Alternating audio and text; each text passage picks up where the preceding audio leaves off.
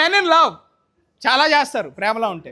అది double bedroom flat అనమాట. పొద్దున్న లెగిసే పాటికి తల్ల తల్ల తల్ల తల్లలాడిపోతుంది. జీవీఎంసీ క్లీనర్ లాగా బకెట్ ఒకటి ఆ చీప్ రేట్ పట్టుకొని తిరుగుతాడు.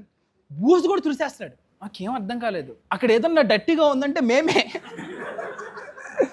సడన్గా అంత క్లీనినెస్ చూసుకుని చిచి మేమేంటి ఇలా ఉన్నాం అనుకుంటున్నాం.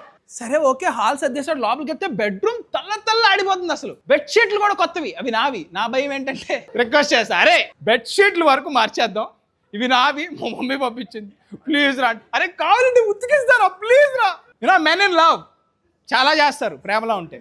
ఇటుగా సర్దాడు, మ్యూజిక్ పెట్టాడు ఆ రూమ్ లో. దానికి తోడు ఒక అగర్బత్తి పెట్టాడు. ఇంతసేపు సిగరెట్ కాస్తున్నాడు అనుకున్నా నేను లోపల.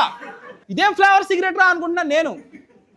ఎనీవే నాకు వెంటనే దొడ్డికి వస్తుంటే సారీ ఓకే వాష్రూమ్ కాదు, వెంటనే ఐ వాంట్ టు టేక్ డమ్. చూడు నవ్వరు దీనికి. చూడు ఇంగ్లీష్లో బూతులు ఎప్పుడు నవ్వురావు. ఓ సచ్ ఎ పుసీ యు ఆర్ అంటే ఇదో తెలుగులో తర్జుమా చేయండి. చెప్పను అటాచ్డ్ బాత్రూమ్ ఉంది, క్లీన్ చేస్తాను. లోపలికి వెళ్ళాను. అక్కడికి వెళ్ళొద్దు అని డెడ్ బాడీ పెట్టావేంటి లోపల, ఎందుకు వెళ్ళకూడదు, సగం ఆల్రెడీ వచ్చేస్తుంది, ఎందుకు వెళ్ళకూడదు అంటే అరే ఇప్పుడే క్లీన్ చేస్తారా, ప్లీజ్ రా, వద్దురా. లోపల ఓపెన్ చేస్తే ఓడోనిల్ పెట్టాడు.